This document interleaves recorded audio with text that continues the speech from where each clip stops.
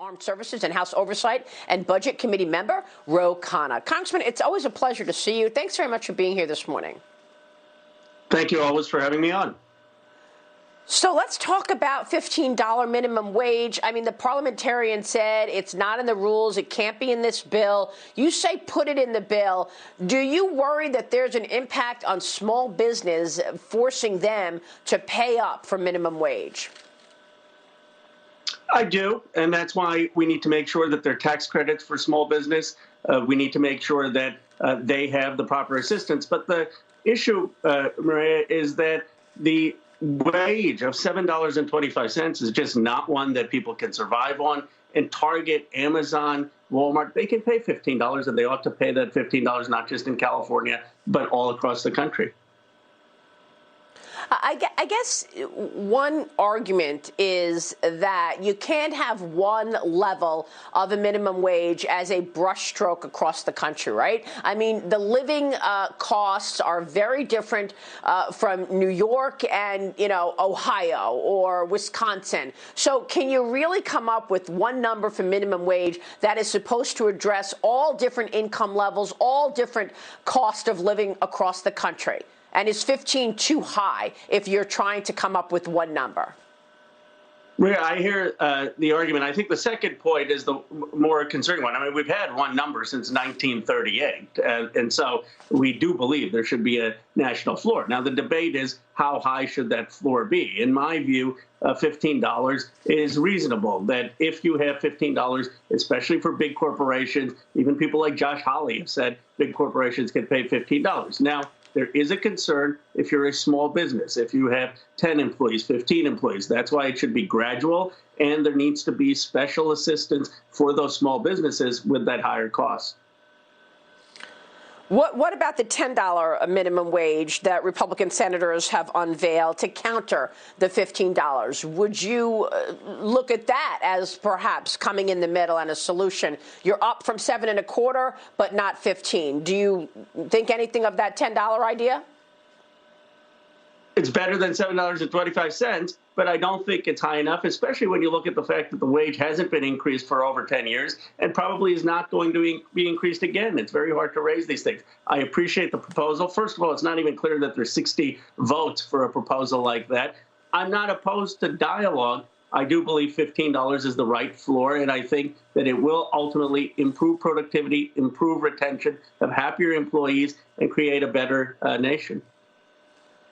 Let me get your take on paying for all of this. So you've got the $15 minimum wage idea. You also have this $1.9 trillion overall cost. At some point, you're going to have to come up with a way to pay for all of this. Senators Elizabeth Warren and Bernie Sanders have outlined a proposal for an ultra millionaires tax. They're calling for 3% tax on any wealth exceeding $1 billion and a 2% tax on households worth between $50 million and $1 billion. Congressman, are you expecting to have a tax raise plan to debate within the next month or so?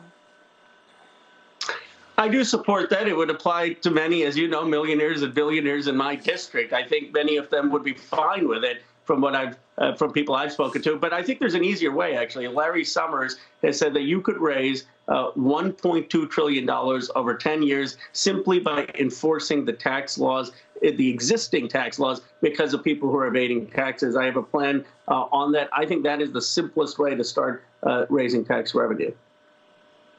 Well, who is evading taxes? Tell me about that, because you're talking about a situation where you're not going to get the money that is needed to pay for all of this stuff just by raising taxes on those billionaires. I mean, do we agree on that? It's going to have to be a broader pool of people that you raise revenue from. I do think you can raise a lot of revenue from the very top, but Larry Summers and Natasha Sarin's paper shows that the IRS, because they don't have sufficient resources, often don't audit the largest corporations or the most wealthiest taxpayers, and those taxpayers are simply not disclosing their business income. So this is not tax avoidance, this is tax evasion. I think we can all agree in this country that you should pay the tax you're owed. And so why don't we come around that as a starting principle? Let's just collect the taxes that people owe. But you know what? You just hit on something that's really critical to this conversation, and that is money is mobile.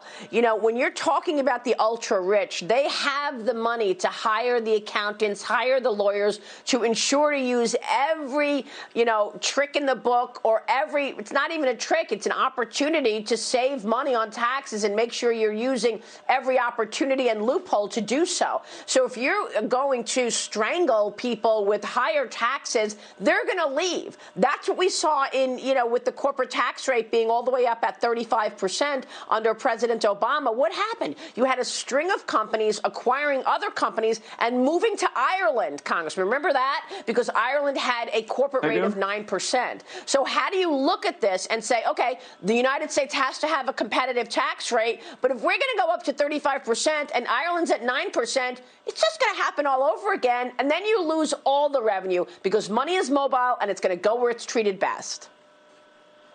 Well, here's the point. I had people look this up. 93% of American wealth is invested in the United States. There's 1.5% in the Cayman Islands, 1% in the United Kingdom. The reality is we are the greatest economy. No one is going to go put their money in China. It would be a dumb bet. People should be betting on the United States. Europe, you're going to put your money in Europe? We have had the innovation engine of the world. There's a reason, when new presidents get elected, people say, oh, I'm going to leave if they disagree with them. They don't. They stay in the United States because it's the best place for them to raise their families. It's the best place to invest. I don't think that we're going to see capital flight. Maybe, but how about the fact that we did see the needle move when the Trump administration cut taxes? We saw a growth story once again resume. So you are looking at an impact. When you lower taxes, you've got more investment. When you lower taxes, you get more revenue because people move to those areas. I mean, how do you explain that? And also, I got to get your take on social media censorship. Are you or any of your colleagues going to say anything about blacklisting, about this, pushback on anybody associated with the Trump administration? That is not the American way. And yet President Biden talks about unity all the time. And you've got books being canceled, attacks on conservatives. Are you going to say anything about this? I'm 100% opposed to censorship. I believe that the only justification for restricting speech is if it's illegal and an incitement to violence. But we ought to debate. Yesterday, I was on Ben Shapiro's podcast. I come on Fox News. I think there are people who disagree. The hallmark of America is debate, and social media companies should not be censoring people just because of their ideological viewpoint. That's contrary to everything we believe in American democracy. On taxes, we just have a difference of opinion.